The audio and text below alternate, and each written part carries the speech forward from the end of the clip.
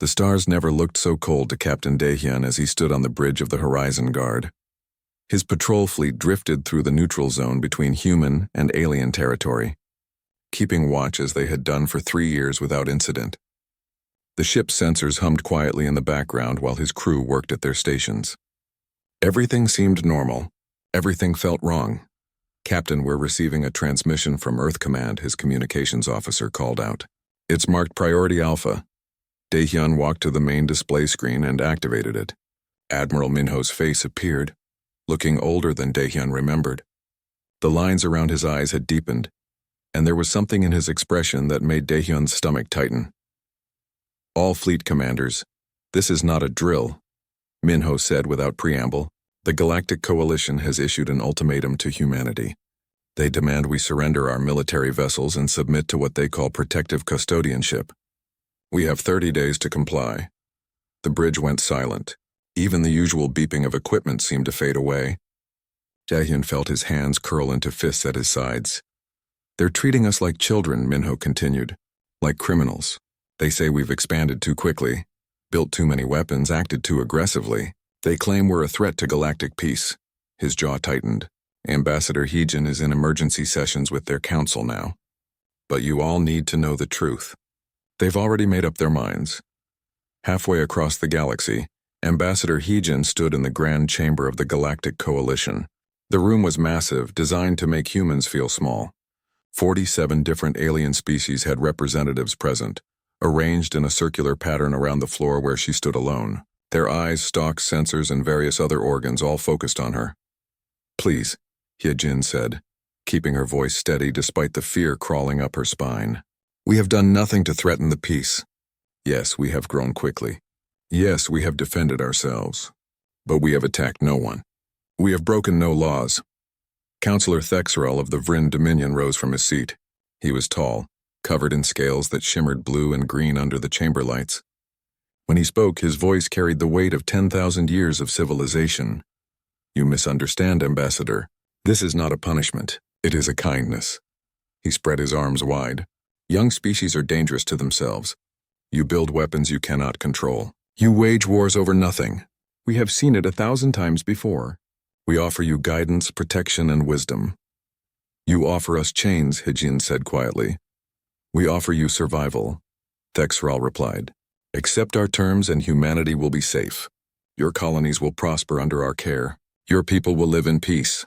Refuse and you will face the consequences of your pride." The other counselors murmured their agreement. Heejin looked around at their faces, searching for any sign of sympathy or understanding. She found none. To them, humanity was nothing more than a problem to be managed. "I will bring your terms to my government," she said finally. "But I must tell you that humanity does not kneel easily." "Then humanity will learn," Thexerel said. "The hard way." Back on the Horizon Guard, Daehyun had kept his fleet on high alert since receiving the transmission. His instincts, honed through years of service, screamed at him that something was about to happen. He ordered his ships to maintain defensive positions and keep their shields active at all times. 3 days passed. Then, without warning, his sensors lit up with contact alerts. "Captain, we have multiple vessels emerging from jump space," his tactical officer shouted. "Vryn military configuration. They're powering weapons. Raise shields." "Battle stations!" Daehyun commanded, but he knew it was already too late. The Vryn ships opened fire before his fleet could react. Energy beams cut through space, slamming into the Morning Star before her shields could reach full strength. The destroyer broke apart in a brilliant explosion that lit up the darkness. 2,000 souls gone in an instant. "Return fire. All ships evasive maneuvers." Daehyun gripped the arms of his command chair as his ship shook from impacts. "Get me a channel to the Vryn commander." The face that appeared on his screen was cold and reptilian. "This is Commander Vex Thor of the Vryn Enforcement Fleet. You are in violation of Coalition space. Surrender your vessels immediately." "We're in the neutral zone," Daehyun snarled. "You attacked us without provocation." "There is no neutral zone anymore," Vex Thor said. "There is Coalition space and there are criminals. Choose quickly, human." The swift justice exploded off their port side. More crew, more lives, more friends turned to ash and metal fragments. Daehyun watched his tactical display as his remaining ships fought desperately against an enemy with superior numbers and firepower. "All ships jump on my mark," he ordered. We're not dying here today. Not like this. They jumped away, leaving 2 more ships destroyed in their wake. The survivors limped back to human space, carrying news that would change everything. President Young-ho sat in his office on Earth, reading the reports with a growing sense of fury. Unprovoked attacks. Impossible demands. Threats of extinction dressed up as kindness. He had spent his life working for peace, believing that diplomacy could solve any problem. Now he realized how naive that belief had been. Admiral Minho stood across from him, waiting for orders. Beside him, Dr. Sun-hee from the Classified Research Division held a datapad close to her chest. "They think we'll just surrender," Young-ho said quietly. "They think we're weak. They think we're primitive," Minho corrected. "They think our technology is toys and our weapons are jokes. They've had 10,000 years to grow comfortable in their superiority." "Show me what we have," Young-ho said to Dr. Sun-hee. "Show me everything." Dr. Sun-hee activated her datapad and projected holographic images into the air. Weapons that violated every rule of ethical warfare. Ships that used technology the aliens thought impossible.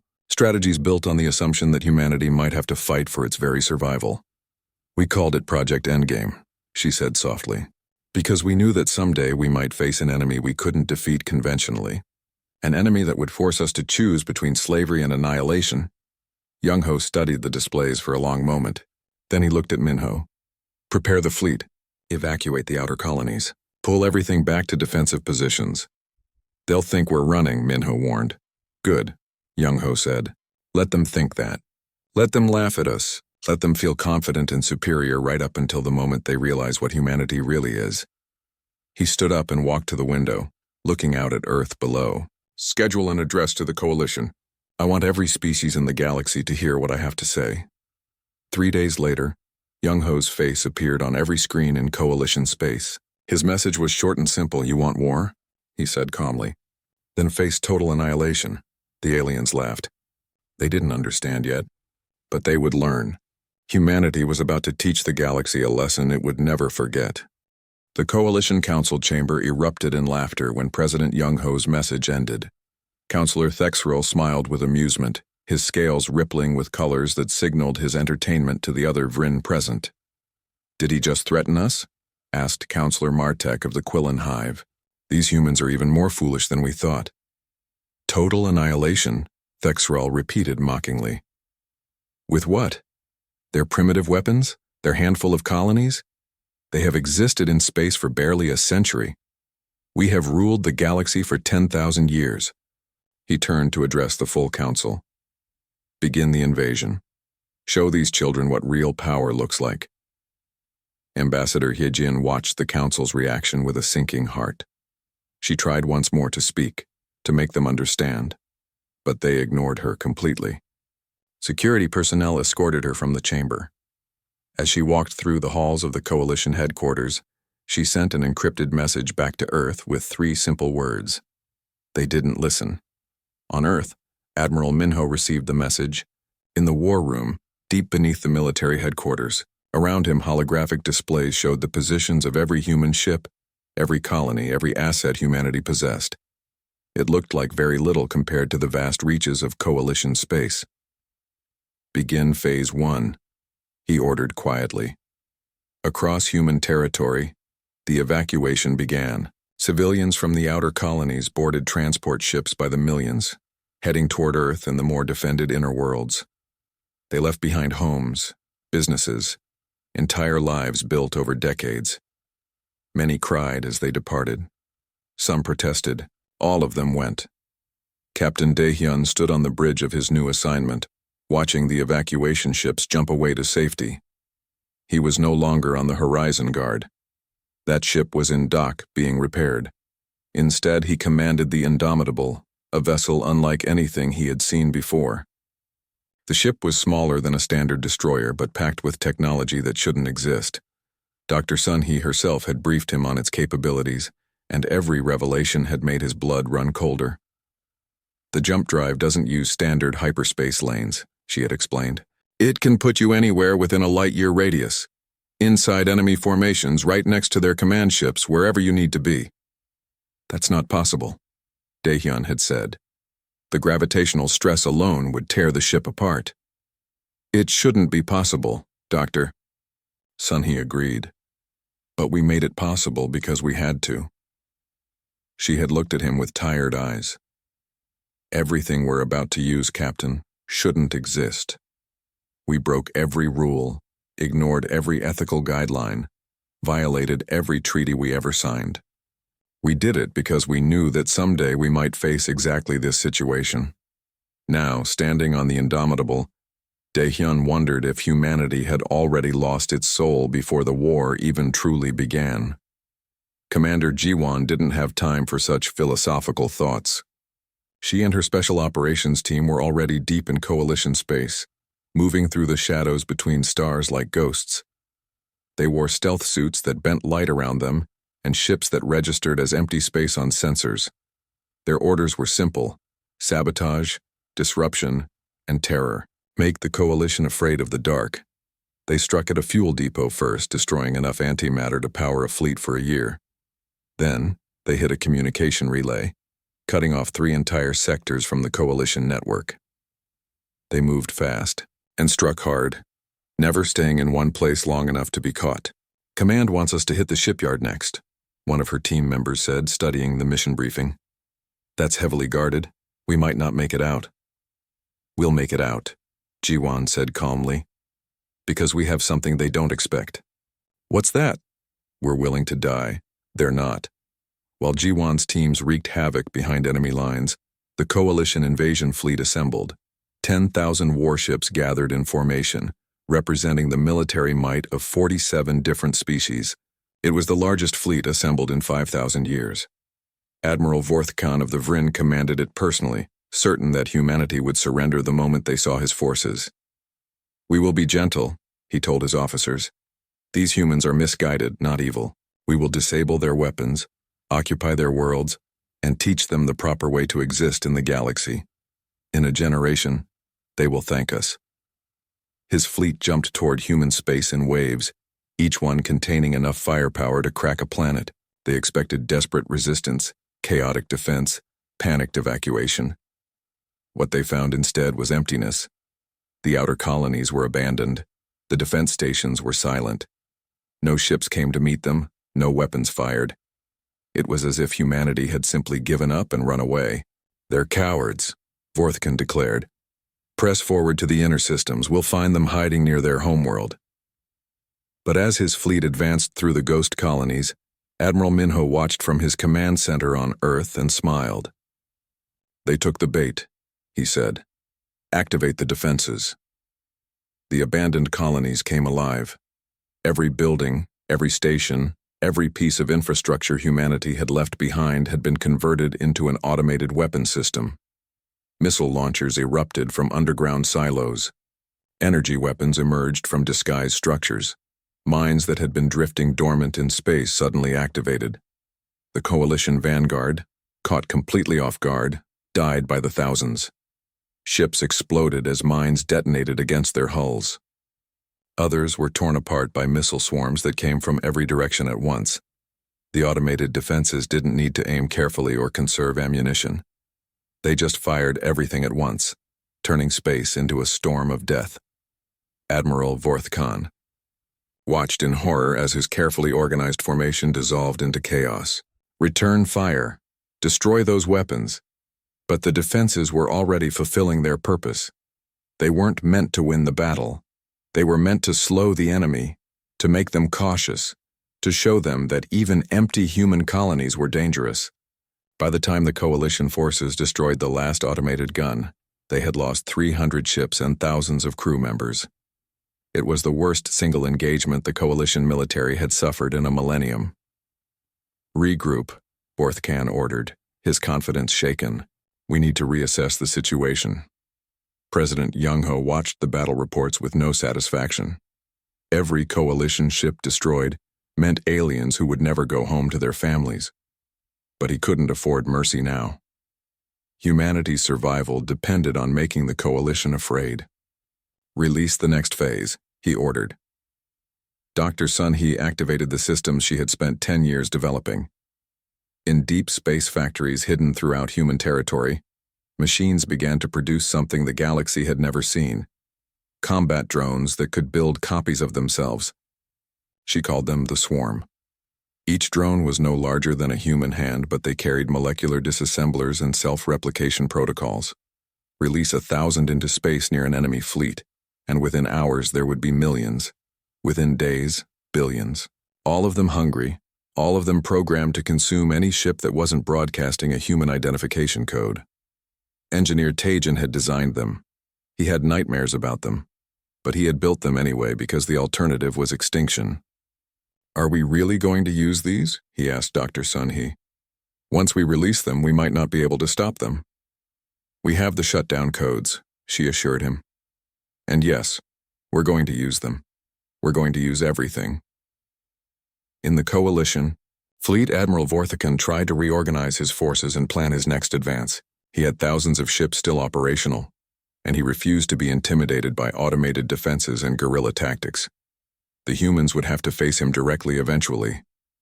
That's when Captain Daehyun and the Indomitable appeared directly, in the center of his formation, materializing out of impossible space like a ghost ship from Nightmare. Before the Coalition sensors could even register its presence, the Indomitable launched its payload. A dozen fusion warheads set to detonate simultaneously. The Indomitable jumped away before the first explosion. The Coalition ships had no such escape. The coordinated nuclear detonations created a pocket of miniature suns, vaporizing everything within 100 kilometers. 400 more ships gone in a flash of light. Across the galaxy, species who had laughed at humanity's declaration began to whisper nervously. On Earth, President Young-ho prepared for the next stage, knowing that the real horror had only just begun. Humanity was showing the galaxy what total annihilation really meant. The Coalition invasion fleet that had once numbered 10,000 ships now counted fewer than 9,000. Admiral Vorthicon stared at his tactical displays with disbelief. In just 2 weeks of combat, he had lost more vessels than the Coalition military had lost in the past century combined. "How are they doing this?" he demanded of his officers. "They're primitives. They should be helpless against our technology." But the reports kept coming in, each one worse than the last. Human ships appearing from nowhere, striking hard and vanishing before counterattacks could be launched. Mysterious drones eating through hulls like disease. Guerrilla fighters destroying supply lines deep in Coalition territory. The humans weren't fighting like any enemy the Coalition had ever faced. They were fighting like they had nothing to lose. Lieutenant Mirai checked her fighter's systems one last time before launch. Around her, 50 other pilots did the same in their cockpits. They all knew what this mission meant. They all knew most of them wouldn't be coming back. "Remember," Mirai said over the squadron channel, keeping her voice steady, "we're not trying to survive this. We're trying to make it count." The fighters launched from the carrier Defiance, streaking toward the Coalition battle group that was pushing toward the colony world of New Sol. The enemy had 200 warships in formation, protected by shields and point defense systems that could shoot down conventional missiles before they got close. But Mirai's fighters weren't carrying missiles. They were the missiles.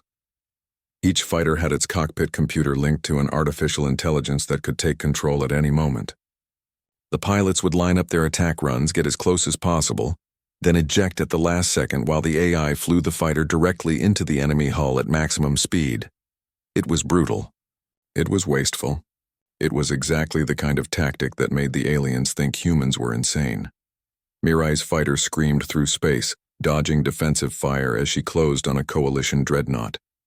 Alarms blared in her cockpit as weapons locked onto her. She ignored them all, focusing only on her target. At the last possible moment, she pulled the ejection lever. The emergency pod blasted her away from her fighter just as the AI took over. She tumbled through space, watching as her fighter slammed into the dreadnought's bridge at a significant fraction of light speed. The impact cracked the ship's spine, and secondary explosions rippled through its hull. Around her, 49 other fighters did the same. 49 pilots ejected. 49 AI-controlled missiles struck home. The Coalition formation broke apart in chaos as capital ships died or drifted helplessly, their command centers destroyed. Rescue shuttles swept through the battlefield, collecting the ejected pilots. Mirai counted the pods as they were retrieved. 37. They had lost 12 pilots who hadn't ejected in time or whose pods had been hit by debris. 12 dead to destroy 50 capital ships. The mathematics of desperation. Admiral Vorthkan's remaining fleet finally reached the inner systems of human territory. They expected to find Earth's defenses waiting for them. Instead, they found something far worse. Engineer Tajin activated the swarm protocol from his station on Earth. The signal went out to hidden factories in the asteroid belts, and the machines began their terrible work. Within hours, the first billion drones emerged, each one smaller than a human fist, invisible to conventional sensors. They drifted toward the coalition fleet like a cloud of locusts. When they reached the first ships, they began to feed. Molecular disassemblers broke down hull plating atom by atom, using the raw materials to build more drones. One drone became 2. 2 became 4. 4 became 8. The multiplication was exponential and unstoppable. Coalition crew members first noticed something was wrong when hull integrity sensors started failing. Then they heard the sound, a high-pitched buzzing that came from inside the walls. By the time they understood what was happening, the drones had eaten through critical systems. Ships lost power, life support failed. Hulls developed holes that vented atmosphere into space, and still the drones multiplied, spreading from ship to ship like a plague. Admiral Vorthkan watched his fleet being consumed and felt true fear for the first time in his long military career. Deploy countermeasures. Electromagnetic pulses, radiation bursts, anything. The coalition forces tried everything. Some of it worked, destroying millions of drones, but for every million killed, 10 million more spawned from the corpses of dying ships. The swarm didn't care about losses. It only cared about growth. Vorthkan made the hardest decision of his life. He ordered his fleet to scatter, breaking formation completely. Ships jumped away in every direction, fleeing the swarm at random. It saved some of them. Others carried drones with them into hyperspace and died alone in the void between stars. Of the 9,000 ships that had reached the inner systems, fewer than 5,000 escaped. Captain Daehyun and the Indomitable continued their deadly work, appearing and disappearing like a ghost throughout coalition space. His crew had become experts at the impossible jump technology, striking at targets that thought themselves safe. They materialized inside a coalition command station, fired a full spread of torpedoes at point-blank range, and jumped away before the explosions could catch them. They appeared next to a supply convoy, disabled every ship with targeted electromagnetic pulses, and vanished, leaving the crews stranded but alive. "We could have killed them," Daehyun's tactical officer noted. "We're not here to commit genocide," Daehyun replied, though he wondered if that was still true. "We're here to break their will to fight." But even as he said it, he knew that line was getting blurrier every day. Every time they used the jump drive, every time they struck from nowhere, every time they left devastation in their wake, humanity moved further from what it had been. Commander Jiwon's special operations teams had evolved from saboteurs into something darker. They no longer just destroyed infrastructure, they began psychological operations, spreading fear and uncertainty throughout coalition space. They hacked into communication networks and broadcast footage of destroyed fleets. They left messages in alien languages. "Humanity sees you. Humanity is coming. Surrender or die." Some alien populations began to panic. They demanded their governments negotiate with the humans. They protested the war. They asked why anyone thought fighting these maniacs was a good idea. Counselor Thexrel, watching his perfect invasion collapse into disaster, finally understood what he had missed. Humanity didn't fight for territory or resources or galactic standing. They fought for survival, and species fighting for survival would do absolutely anything to win. "Contact Admiral Minho," he told his aides quietly. "Tell him I wish to discuss terms." "Terms of surrender?" his aide asked hopefully. "No," Thexrel said. "Terms of survival. For all of us." But before negotiations could begin, President Young-ho made another broadcast to the galaxy. This time no one laughed. "You thought we were weak," he said, his face showing the exhaustion of weeks without sleep. "You thought we would surrender. You thought wrong. We told you we would bring total annihilation. We meant it." Behind him, a holographic display showed what humanity had prepared as its final option. A weapon system capable of destabilizing stars. The technical readouts proved it wasn't a bluff. Humanity had built devices that could turn suns into supernovas. "There are 400 inhabited systems in coalition space," Young-ho continued. "If you force us to use this weapon, We will target every star in your territory. Billions will die. Entire species will be erased from existence. Your ancient civilizations will become nothing but radioactive dust. He paused, letting that sink in. But we don't want that. We never wanted any of this. We just wanted to be left alone. We wanted to exist as equals, not as subjects. So here is our offer. Stop this war now. Recognize humanity as a sovereign power. Never threaten us again. Do this and we will put away our weapons of annihilation. Refuse and we will show you what total annihilation really means. Across the galaxy, trillions of beings watched and waited for their leaders to respond. The Coalition Council met in emergency session. The debate raged for hours. Some wanted to continue the war, certain they could still win. Others argued that even if they won, the cost would be too high. Finally, Councillor Thexrel stood and spoke the words that would change everything. The humans have proven themselves, not as primitives or children, but as warriors worthy of respect. He looked around at his fellow councillors. We underestimated them. We thought age meant wisdom and youth meant weakness. We were wrong. I vote to accept their terms. One by one, the other councillors agreed. The war would end, but the galaxy would never be the same. The war had officially been paused for negotiations, but the dying hadn't stopped. Ships still drifted through space with dead crews aboard, colonies still burned, families still mourned. The ceasefire was just a word on paper while the reality of violence echoed through the galaxy. Ambassador Hyejin sat across from Councillor Thexral in a neutral station between human and coalition space. Between them lay the future of two civilizations, but all she could think about was the cost they had already paid. 3 million, she said quietly. That's how many humans have died in this war. 3 million people who will never go home. 58 million, Thexral replied. That's how many coalition citizens we've lost. Your people fight like demons, Ambassador. You win battles by being willing to die for them. And you started this war by demanding we surrender our freedom. Hyejin shot back. Don't pretend you're the victims here. The negotiations were brutal. Every session ended in shouting matches or cold silences.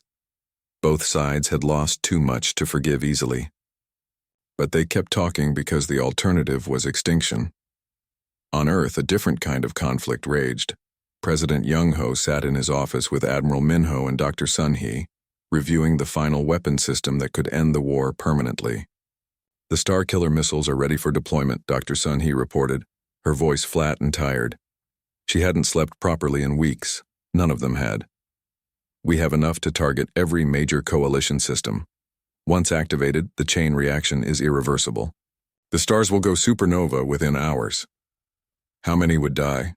Young-ho asked, though he already knew the answer. 50 billion in the immediate blasts. Another 100 billion in the following chaos as their civilization collapses. She looked at him with hollow eyes. It would be the greatest act of genocide in galactic history. It would also guarantee our survival, Admiral Min-ho said. No one would ever threaten humanity again if we proved we're willing to destroy entire star systems.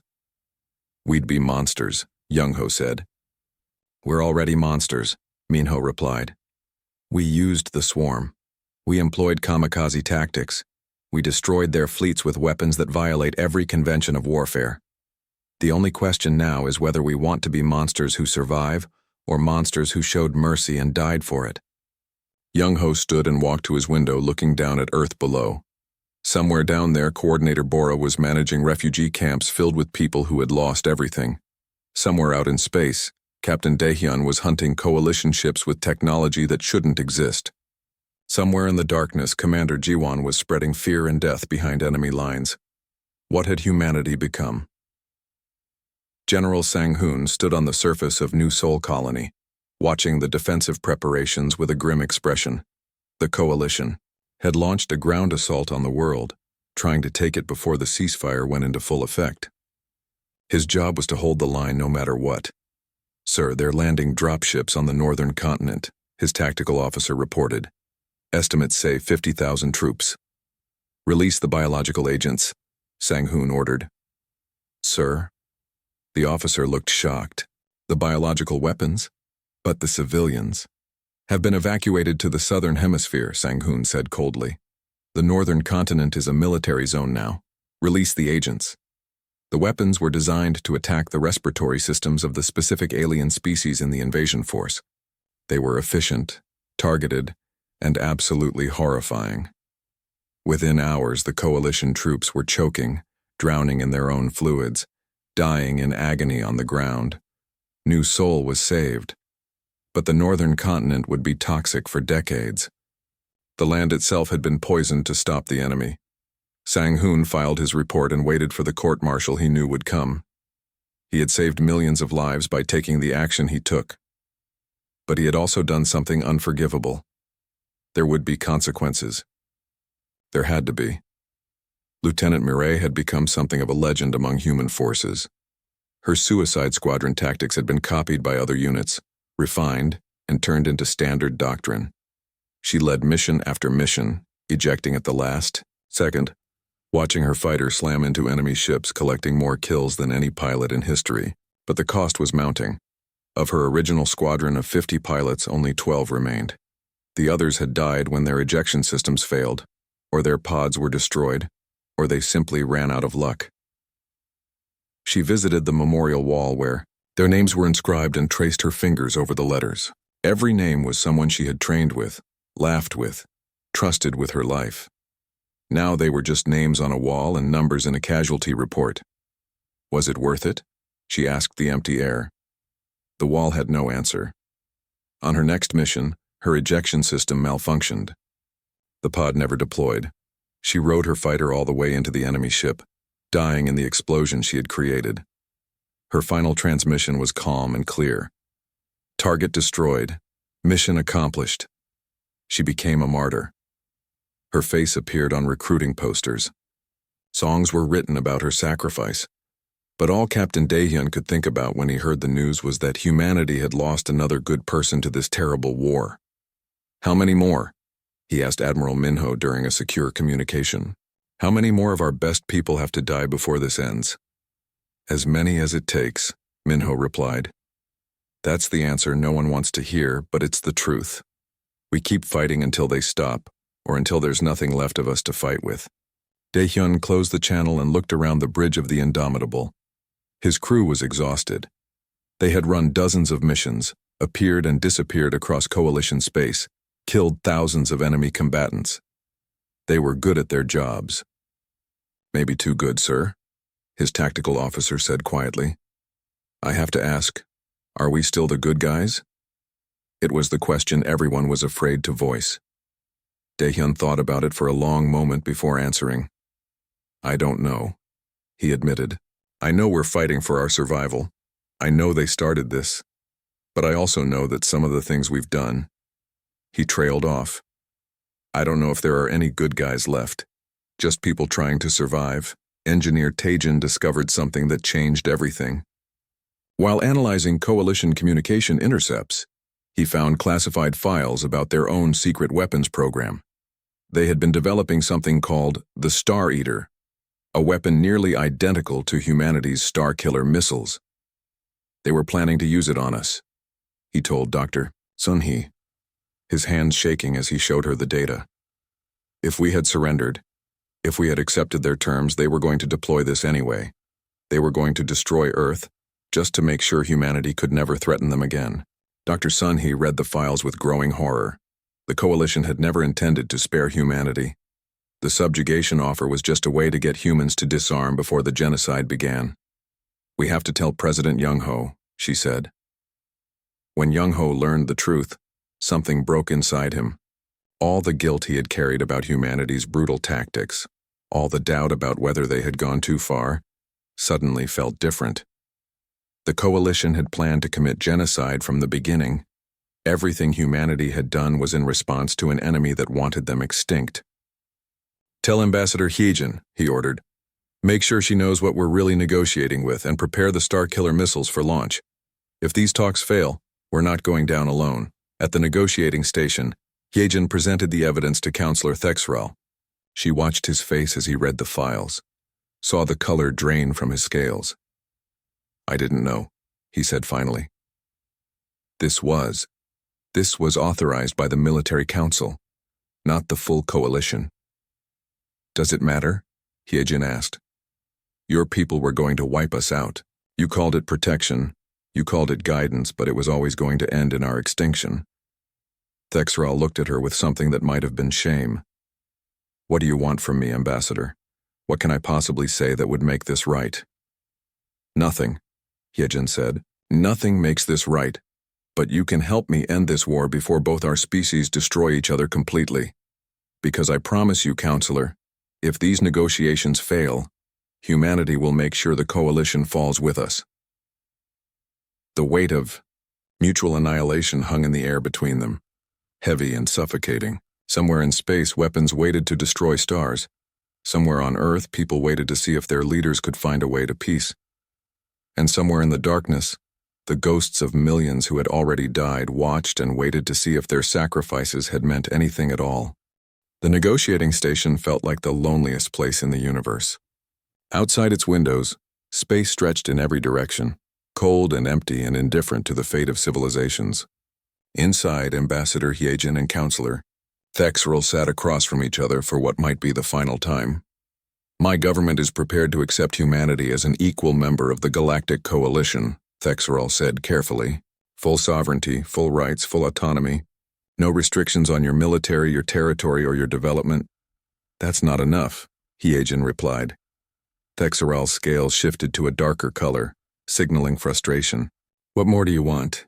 We're giving you everything you asked for. We want guarantees, Hyejin said. We want it written into coalition law that no emerging species will ever be subjected to what you tried to do to us. We want rules protecting younger civilizations from the arrogance of older ones. We want this to never happen again. You're asking us to rewrite 10,000 years of tradition, Thexral protested. Yes, Hyejin said simply, because your traditions nearly caused a genocide. Change them, or there won't be anyone left to follow them. On Earth, President Young-ho sat in the war room with his entire cabinet and military leadership. The Starkiller missiles were armed and ready. All he had to do was give the order, and 400 coalition star systems would die. It would be the end of the war. It would also be the end of everything humanity claimed to stand for. Admiral Minho stood beside the control console, his hand hovering over the activation switch. The missiles can launch in 30 seconds once you give the word, Mr. President. The coalition won't have time to respond. How sure are we that they're developing their own version? Asked Minister of Defense Kyungmin. Absolutely certain, Dr. Sun-hee replied, pulling up the intercepted files on the main display. They call it the Star Eater. It's nearly identical to our design. If we don't strike first, they might strike us. Might, Young-ho repeated. That's the word that matters, isn't it? Might. We'd be killing 50 billion beings based on might. We'd be ensuring human survival, Minho countered. Isn't that what matters most? Captain Dae-hyun entered the war room at that moment, still in his combat uniform. He had just returned from another mission with the Indomitable. He looked exhausted, haunted, and older than his years. Permission to speak, Mr. President, he said. Young-ho nodded. Granted, Captain. I've spent the last 3 months killing, Dae-hyun said bluntly. I've destroyed coalition ships, stations, and facilities. I've watched thousands die by my hand. And I need to know, sir, what's the point of surviving if we become exactly what we're fighting against? They started this, Admiral Minho said. They threatened us with extinction, and we responded by threatening them with the same, Dae-hyun replied. I'm not saying we were wrong to defend ourselves, but there's a difference between defense and revenge, between survival and genocide. He looked at the Starkiller missiles on the display. If we use those weapons, we prove that the coalition was right to fear us. We prove that humanity is the monster they thought we were. The room fell silent. Everyone was thinking the same thing, but no one wanted to say it. Finally, President Young-ho spoke. Admiral Minho, stand down from the launch sequence, Cotter, sir. Minho looked shocked. The negotiations might fail. We need to be ready. We'll stay ready, Young-ho said. But we won't fire first, not unless they give us no other choice. He turned to face his entire staff. I know what's at stake. I know we might be making a mistake. But humanity is going to survive this war as humans, not as genocidal murderers. Is that clear? Around the room, heads nodded. Some looked relieved. Others looked worried. All of them understood that Young-ho had just made a decision that would define humanity's future. Back at the negotiating station, Hyejin received a message from Earth. She read it twice to make sure she understood, then looked up at Thexeral. "I'm authorized to make you an offer," she said. "Humanity will agree to peace under one condition. We want a joint defense treaty, not as subjects or as wards, but as equals. We'll share our defensive technology with the Coalition. In exchange, you'll help us defend against any external threats. Together, we make sure this kind of war never happens again." Thexeral considered this carefully. "You want to turn humanity into the Coalition's military partner?" "More than that," Hyejin said. "We want to turn humanity into the Coalition's peacekeepers. You have 47 species who are comfortable, safe, and haven't faced a real threat in millennia. You've forgotten what it means to fight for survival. We haven't. Let us be the ones who remember so none of you have to face what we've faced." It was a brilliant proposal. The Coalition would gain access to humanity's advanced weapons technology and their fierce fighting spirit. Humanity would gain the protection and resources of the galaxy's oldest civilizations, and most importantly, no young species would ever again be threatened with subjugation. "I need to consult with the full council," Thexeral said. "You have 6 hours," Hyejin replied. "After that, my government activates our final option." She wasn't bluffing. Thexeral knew it. Everyone knew it. The Coalition Council met in emergency session. The debate was heated, passionate, and painful. Some counselors refused to work with humanity, calling them barbaric and dangerous. Others argued that those qualities were exactly what the Coalition needed. In the end, it was Councillor Velmora of the peaceful Quillen Hive who cast the deciding vote. "I have watched these humans fight," she said, her multiple eyes focusing on her fellow counselors. "They are indeed dangerous. They are indeed willing to do terrible things, but they are also principled. They could have destroyed us already, but they chose negotiation instead. They could have struck first with their star-killer weapons, but they waited for us to make peace. That is not barbarism. That is restraint. That is strength combined with wisdom. I vote to accept their terms." The vote passed. The war was over. When the announcement was broadcast across the galaxy, reactions varied. Some species celebrated, others protested, but everyone agreed that nothing would be the same again. Humanity, the youngest species in the Coalition, had fought the galaxy's combined military might to a standstill and forced them to accept peace on human terms. 10 years passed. President Young-ho had retired, replaced by a new generation of leadership. Admiral Minho had become an advisor, helping to integrate human and Coalition military forces. Ambassador Hyejin served as the Coalition's Secretary of Defense, overseeing the joint military operations of 48 species. Captain Daehyun, promoted to Admiral, commanded the Coalition peacekeeping fleet. His ships patrolled the borders of Coalition space, responding to threats and maintaining order. Ironically, the Indomitable and its impossible jump drive had become the most valued ship in the galaxy. He stood in the classroom at the new Joint Military Academy, teaching a class of cadets from a dozen different species. They looked at him with a mixture of respect and fear, knowing his reputation from the war. "You all know the history," Daehyun said to his students. "You know what humanity did during the war. The kamikaze tactics, the swarm, the weapons that shouldn't exist. You probably think we're monsters." The students shifted uncomfortably. No one wanted to agree out loud, but the sentiment was there. "The truth is more complicated," Daehyun continued. "We did monstrous things. We were willing to commit genocide. We threatened total annihilation. But we only did those things because we had no other choice. When you're facing extinction, you don't fight fair. You fight to survive." He activated a holographic display showing the Star-Killer missiles that had never been used. "We built these weapons and told the galaxy we would use them. We meant it. Every word was true. But the key thing to understand is this: we never wanted to use them. The threat was real, but the desire was to avoid ever making that threat a reality." One student, a young Vryn with scales that shimmered green with curiosity, raised his hand. "So the secret to human military success is being willing to do anything?" "No," Daehyun said firmly. "The secret is being willing to do anything while hoping you never have to. It's the difference between having the power to destroy and choosing not to. We declared we would bring total annihilation. We proved we could do it, and because we proved it, we never had to." He looked around at all the faces watching him, seeing the future of the galaxy in their eyes. "That's what I'm here to teach you. Not how to win wars, but how to prevent them. Not how to kill, but how to make your enemies too afraid to fight. Real strength isn't about how much you can destroy. It's about how much you're willing to protect. The class ended and the students filed out. Daehyun stood alone in the empty room, thinking about all the friends he had lost, all the enemies he had killed, all the choices he wished he could take back. But humanity had survived. The galaxy had changed for the better, and maybe, just maybe, all that sacrifice had been worth it. Outside the window, human ships flew alongside Vryn vessels, Quillen cruisers, and craft from dozens of other species, working together, protecting each other, proving that even the worst wars could lead to lasting peace if both sides were willing to learn from them. Total annihilation had been threatened. Total annihilation had been avoided, and in the space between those two possibilities, humanity had found its place among the stars.